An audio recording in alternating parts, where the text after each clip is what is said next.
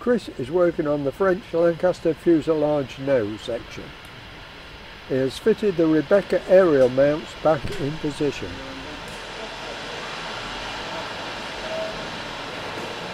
Alright, isn't it? Yes, it's looking really good. Aye. So you've got the panel with the aerial box, you've got that fitted. Yeah, made a new one, made a new panel, got some new bolts and anchor nuts. Yeah, it's looking good. Battered all the dents out of that. Yeah. So that's smoother than it were. Made a new one of them. What? They've been coated? Yeah, so anyway we have a painter and he's meant to like paint stuff. Yeah. So what he's done is, see that colour? Yeah. Well, it's black on the inside and that colour outside. So what he's done, he painted it back to front. Oh.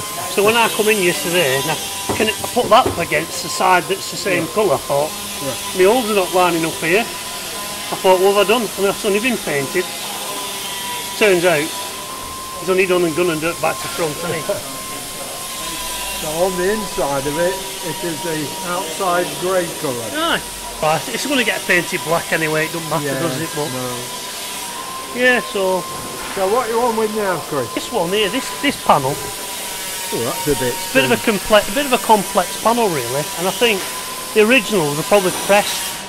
They were probably pressed out as opposed to somebody messing around with the English wheel. But it's full of dents. Over where people have been throwing bricks at it. Yeah. So I've took it off. I've tried to knock as many dents out as I can, because obviously the more dents you knock out of it and you English wheel it, then you'll probably change the shape and none of my holes will line up. So I've got to be careful how so I've knocked a lot of the dents out. Are you going to use the panel again? Yeah, I'll have to, otherwise, so... Yeah. And then I'm just going to put like a scab patch. Yeah. So instead of doing like an insert repair like I've done on some of the stuff, it's going to be on the outside. It'll be a little chamfered scab patch on the outside, but it'll be alright. You know what I mean? It'll put a little bit of strength back into it and whatnot, so it won't look so much as an eyesore as it did before it came off. Well, that looks a nice neat job down there. Yeah. So then, once I get this bit done, I'll put it back the right way up, or should I say the way it was. Why don't you do that first? I'm going to start doing that next, so all them panels at the top, I'll start taking them off. How far are you going to take off? How many? From the nose? Right, so I'll take that off, that one, so all them ones will come off. I think there's one further round that will come off. So them 4 will come off. There's a slim one further round that will come off, that's 5. And then once them are done, I've just got the panels under here, which are the like top panels. When it's right way up, they'll be the top panels. Well, they look fairly straightforward then, but like I said, these ones I've replaced already on the other side. Yes. So, are you recording now? Yeah. Yeah, so I've done them ones. So it's just basically the same on the other side. And then I think we'll have brought the back of it, I reckon. Yeah, you've done well, it looks real good. Alright, isn't it? Right. Okay, then you can whistle away now then, Norman. Thanks, Chris.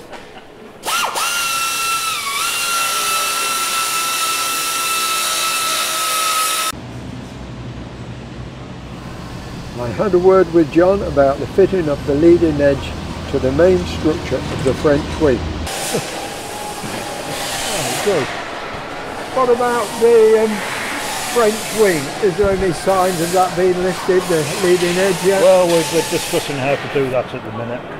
Yeah. Andrew's been on holiday for a week. First time he's been back today. Yeah. But even though it's got the leading edge fitted to it, it's still flexible. So if we lift it up from the lifting point where the engine goes, the tip end will droop down, which might damage the structure. So we've got to think of a way of sort of lifting it.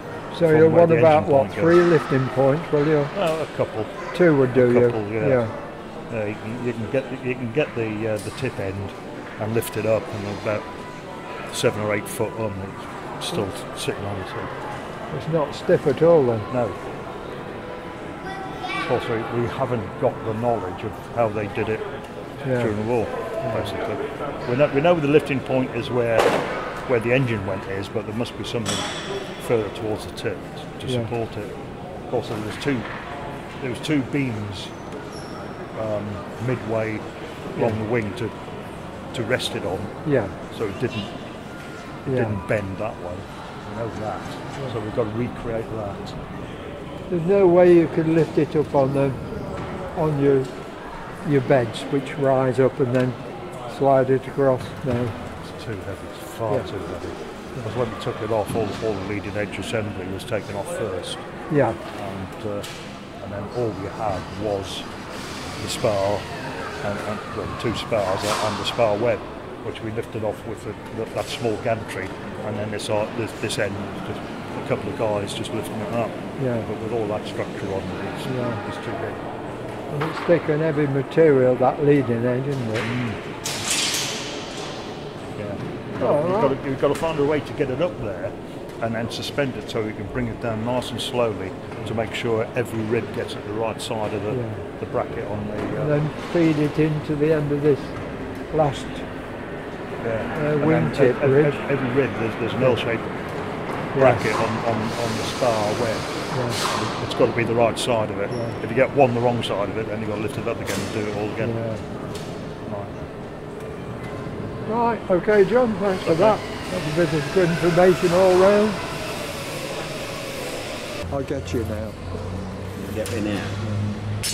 Dennis is working on the trailing edge of the port wing. This will be airworthy when finished.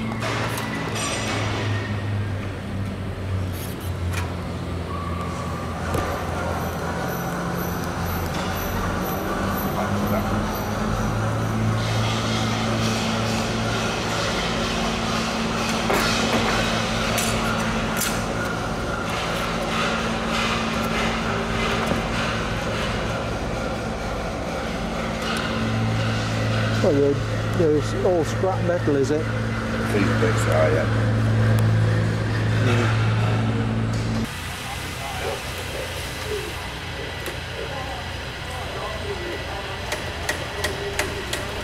Dave's working on the right and left side forms of the door frame. These have a former fitted inside the other to help to give the fuselage strength in this area.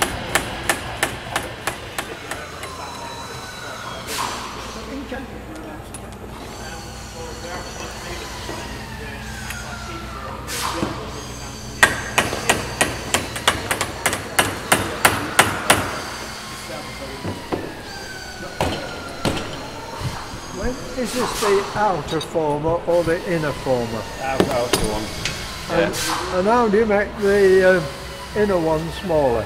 Do you have another piece of wood, another pattern? I have to make one. Well, so it fits inside this one, Yeah, doesn't it? so I'll make another wooden former but reduce it by the thickness of the metal. So then in theory, when I fold it over, it should sit snugly in there. You have another wooden former which is slightly smaller, do you? No, I'm going to have to make one afterwards. Oh, you're going to make one? Yeah, I've got to make one. Oh, I was going to say. Yeah. But it should be fairly straightforward. Just copy this and then reduce it by 80,000, make it 80,000 an hour, and then it should just sit in like a glove, hopefully. Yeah. But luckily, you won't reduce this one, will you? Or have you got? No, I'll keep them up. Can't touch this one just in case we need it for future. But luckily with the inner, there's not much of a curve on it. A lot of it's sort of the straight bits, only the little bits around here, so it shouldn't be too difficult to form. Doing these in my sleep at the minute. I'm doing these in my sleep at the minute. You are. Nice to get something different. Yeah.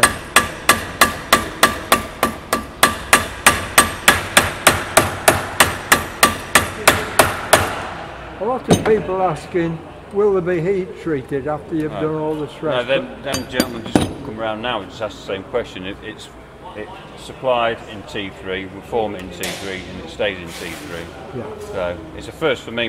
Everywhere else I've worked, it's been T0, heat treat up to T6. But apparently T3 is the finished state of the material, which makes it easier. Really. Yeah.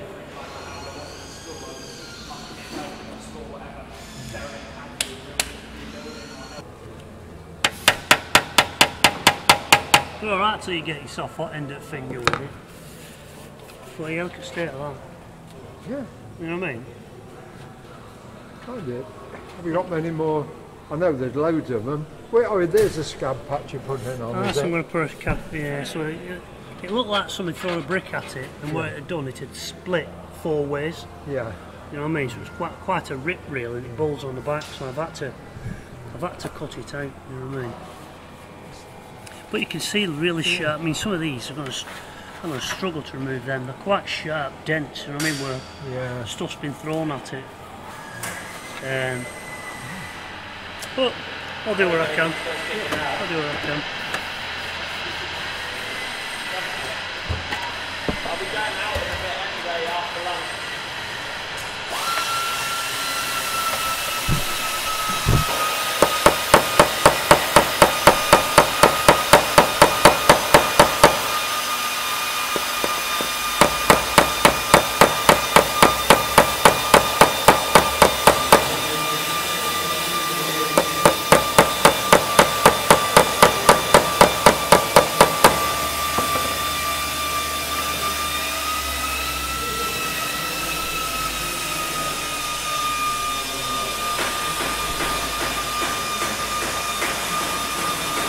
What's that you're hitting it on? Sand, is it? Yeah. I've probably got a proper name for it. Yeah. But I just call it a knocking bag.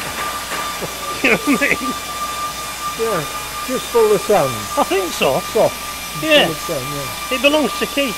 Oh, I said, like a leather, isn't it? aye, so I don't know what it's called. I call it a knocking bag, but I don't know if that's the proper technical term for it. I think it will be. Do you reckon? I reckon it is now anyway. Yeah, so it's just something to put it against. So when I hit it, I don't go, you know what I mean? I don't go too far. And well, it makes a clang if you've not got it right, you know what I mean? Yeah. You don't do it right.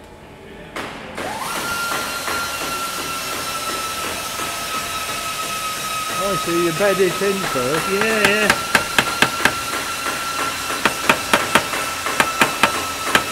Surprising though how many taps you do with this, and it takes it out, you can go too far, you know what I mean? Yeah.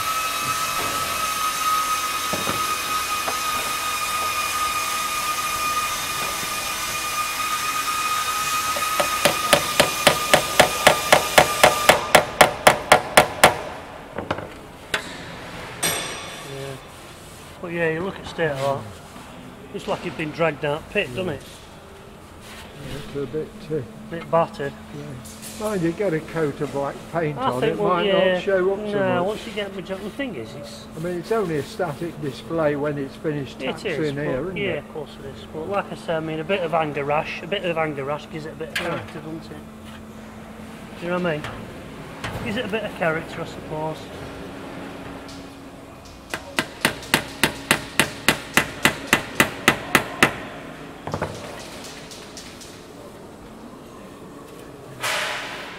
Oh well.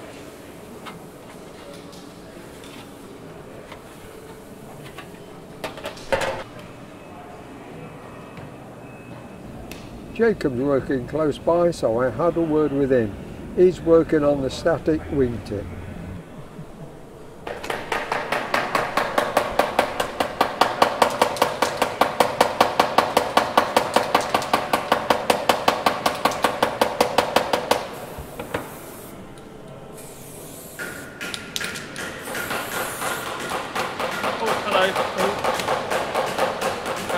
Just spraying your cleats up, are you? Yeah, just getting them primed up before I get them painted. So brought it inside now.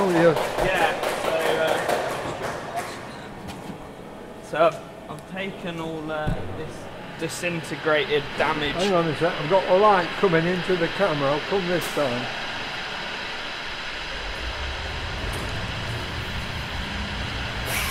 That's better. Now I've got you. Yeah, so this rib was disintegrated, so I've taken it out and I've got a new section of that rib which I'm going to implant into this section.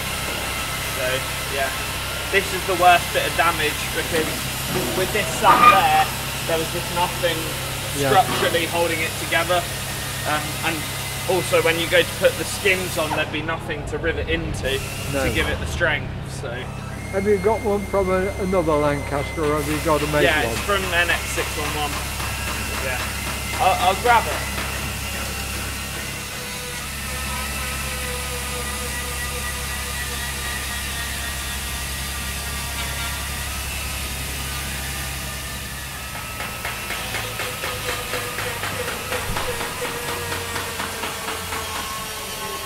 So yeah, this bit will be cut here, and then it will be put in that way,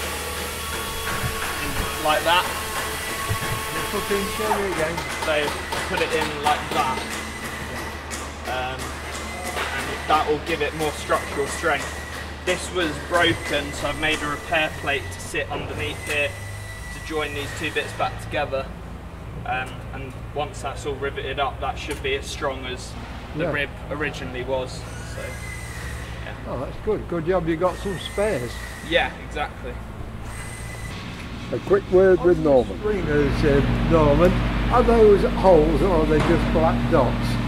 They've been all drilled, a lot of them have been drilled now. Oh, they are? Just the very end ones haven't been drilled, but one of the volunteers, Rick's, come in and drilled them the last couple of days. But did he drill them up there or did he take them onto the machine? There. Yeah. So how far you've got now, how many have you completed on this side? Not many. Not many? 1, 2, 3, 4, and one above there. Oh, you got one above? Oh, yeah, there's one there, there's one up here. Yeah. It finishes there, and then there's a small piece there. And then there's, so that's 1, 2, 3, 4, 5 just above it, stops at 6, 7. Then one stop at frame 38. So that's 7 plus the ones that stop at frame 35.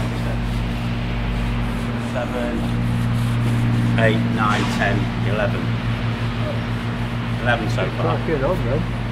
Of course, the higher up you get, the harder work it is up and down the steps. Yeah, doing that one right at the top was a nightmare.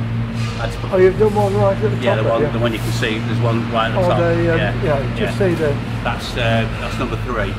Yeah. So there's 2 beyond it, and then the middle one's 1 third, right in the middle, so... Yeah. Will you be able to fit that one without taking any of the I might have to support hang a rope off the top and swing down. Yeah, there's one, I don't know why that one's gone so wobbly, but we'll sort that out. Yeah. I might have to change the cleats, put new cleats on that one. Yeah. But the rest of them are all sitting fairly straight. Oh, good. Yeah, the holes have been marked for ages. Now, the reason I marked them is that if somebody's got nothing to do, and I'm not here, they can drill holes. And Rick came in last week and said, oh, well, what do you want me to do? I said, right, you can drill some holes. And they did the same yesterday. Oh, good.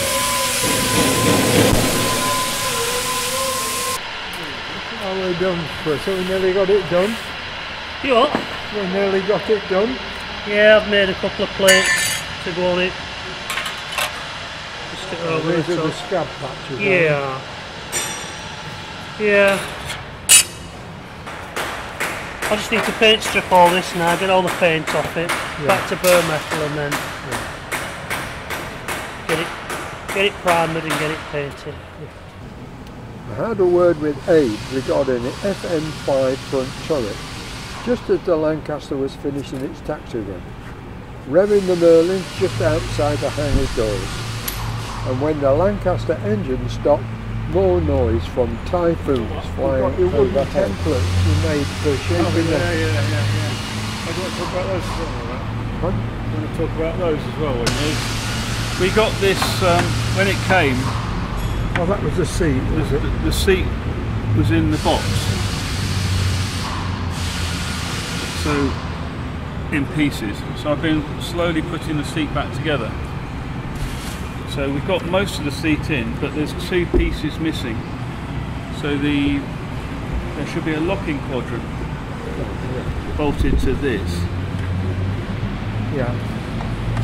Which locks it either in that position with this spring-loaded plunger, or if it's not being used, it locks it there, the spring-loaded plunger. So if you imagine a quadrant with 2 holes in it, that's how that locks. You haven't got that then? We haven't found it yet. There was a box of bits. It wasn't actually that box, but there's a box of bits, and they weren't in it. But there's also the box of bits for the turret was in another box. A bigger box, so I could go and have a look in that. And then, so that's all been put together and tapped into place. This seat is held up by 2, so there's underneath the seat, coming in here, there's 2 aluminium blocks, one each side. They're held in with 2 TBAs. Stops the seat coming off the bottom. when he's adjusting it, so it can't just, otherwise it just fall out. Yeah. So that's the next. So I made those because they were missing, and I need to get the bolts and then bolt them in, and that'll be the seat done. Once the seat's done, then the cupola can go back on. At the moment. Yeah. So.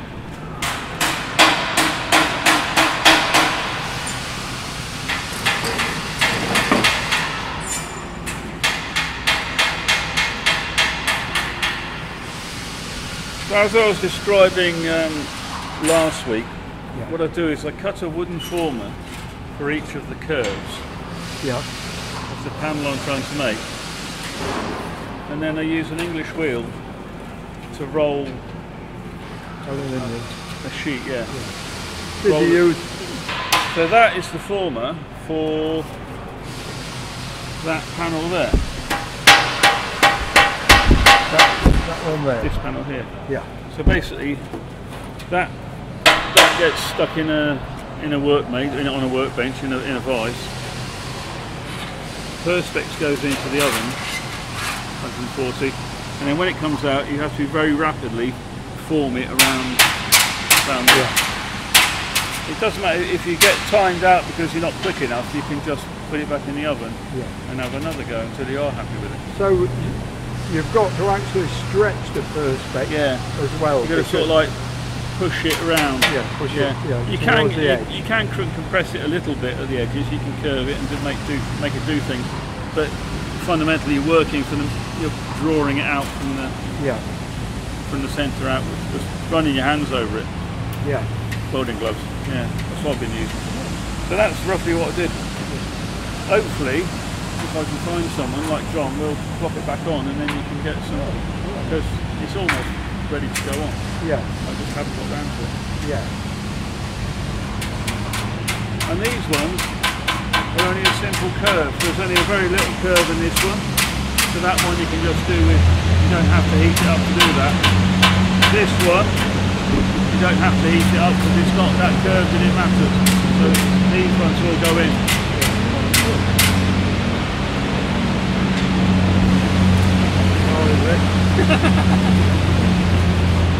Didn't realise you got the back of it on as well. I just thought you had the... I actually never took the back off. So I left the back on the frame. Yeah. It's alright, isn't it? Good. Really good. Yeah. It looks a lot better than it was. I'll wait till he's finished now. Were these hydraulically operated? Yes. Yeah. So this one and the rear turret is hydraulic and the centre one is electric. I believe on the Mark 3.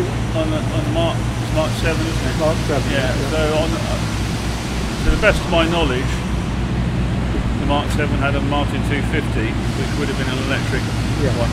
Because they had it in here once, didn't they? One on the We have got a Martin 250 here, And on the FN5, they're piggyback, so you got two driving, if you like, in series effectively.